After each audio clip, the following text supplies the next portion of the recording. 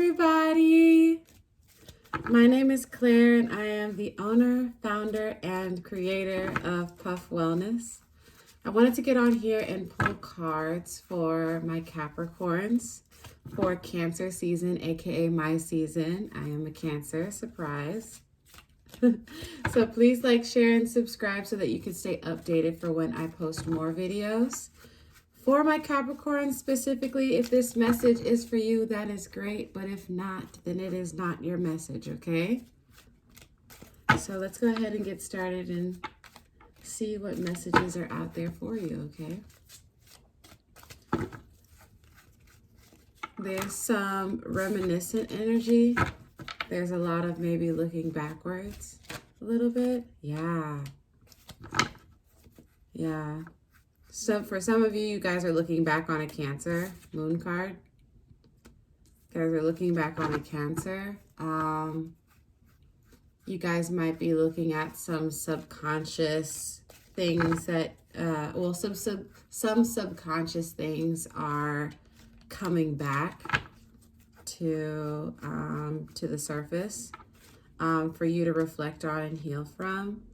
I feel like you're reflecting on a choice that was made. Seems like you're in the midst of this path of, it's like you might be looking back on where things started for you to be where you are now. With this Five of Cups, it seems like you're trying to wrap your head around, like, and the question that I'm hearing is like, how did I get here? And why did I get here? And why am I in this position right now? And that could be good or bad. It seems like it's a little bit more melancholy right now. I can definitely say that part of that, it's because what I'm hearing is that for some of you Capricorns, this message again can be for some of you guys. For some of you Capricorns, you're looking back and you may not have overtly did anything in the physical realm to get yourself to a point where you're either regretting a decision or you're looking back on a decision, or you might be still feeling bad about a decision. You may not have, again, it may not have been like something you directly did in the physical realm, but I feel like what you're going to come to understand as you're reflecting on this is that your thoughts can manifest and push you into this direction where you are now. So, you know, because you may have been perceiving a situation one way that led you to perform actions that may have gotten you a certain result. And for this specific situation, I think that probably the answer was your thoughts and your perception at the time. And it doesn't necessarily have to be about a person. It could have been about how you felt about yourself. It could have been how you felt about your environment. It could have been how you perceived the world based off of what experiences you had gone through up into that specific starting point of this whole path that you're on. But understand that, and I'm trying to communicate what I'm hearing. There's long suffering and negative thinking. Ooh, that's a thought. It's probably gonna be a tweet. There's long suffering in negative thinking. And I think that for some of you guys, you're trying to figure out how you got here. And it's like, this has been in the works for a very long time. So the path that you chose based on your thoughts and your narrative at that specific point in time manifested in itself in the destination where you are right now. So that's something that's going to come up for a lot of you. I think mainly because Jupiter just retrograded into Pisces, but I think the reality check is going to be Neptune retrograding into Pisces. So just so you know. It's because of that.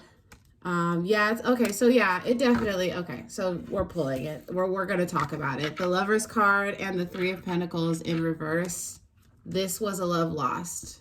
And this is what we might be thinking about right now. And we're trying to wrap our head around, especially because Cancer season is coming up. I know that Capricorns, it's not saying that, we're emotionless. It's just that emotions take energy, and we're very selective as to when we tap into that, right? But I think that right now, with all of these transit, and at this point, I don't know what this particular point in time is, but you are reminiscing on love lost. And it's okay. Yeah, as I'm like looking here, I'm looking at this like Six of Cups. Yeah. We're reminiscing on love lost, and it seems like melancholy. It seems like Seven of Pentacles, where we are, I feel like there's part of you who's trying to move forward, because, yeah, I said I think there's some of you who are like trying to move forward with the Seven of Pentacles, like with a means to like start planning and tapping into those past experiences so that it doesn't repeat itself in the beginning. Understand that in order to move forward, you can't look at what everybody else was doing at the time. You do have to look at your own actions. And this is what Neptune in retrograde, with this World card, you're going backwards. In reverse, you're going backwards. And I feel like it's funny because I think there's some of you who are sitting here like, okay, so physically, the relationship that I have walked away from, it's gone. It's been gone. But why am I still in this particular energetic cycle where I'm either feeling bad, or because I think some of you guys are like still punishing yourself based on like this particular decision. And for some of you, it's like, it's what you did to another person who may not have, you're recognizing they may not have deserved it. But then for some of you, it's like y'all are looking at what you guys were doing to yourselves in a toxic relationship, okay? And how you might have been beating yourself up or trying to make a relationship work to your detriment, okay?